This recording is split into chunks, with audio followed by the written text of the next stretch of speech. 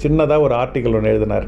அது எழுதின உடனே அந்த புக்கை குமுதம் புக்கை வாங்கி அதை ஒரு 500 பேருக்கு கொடுத்து அதை வச்சு டிஸ்ட்ரிபியூட்டர் அப்பாயிண்ட் பண்ணுறது, அதை வச்சு பேங்க் லோன் வாங்கிறது, அதை வச்சு வேரியஸ் நெட்வொர்க் பண்ணுறது அப்படின்றதெல்லாம் பண்ணி அந்த மாதிரி எங்கள் அண்ணா அதாவது ஒரு சின்ன ஆப்பர்ச்சுனிட்டி கிடைச்சாலும் அதை ஃபுல்லாக யூஸ் பண்ணிவிடுவார்.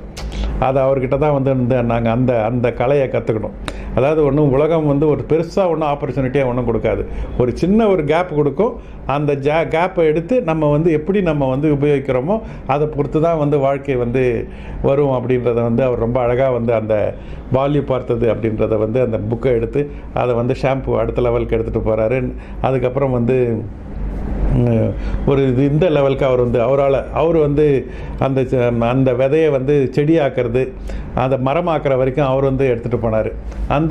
டாக்டர் ராஜ்குமாரோட கான்ட்ரிபியூஷன் ரொம்ப முக்கியமானது. மூணாவது இவர் ரங்கநாதன், எங்களுடைய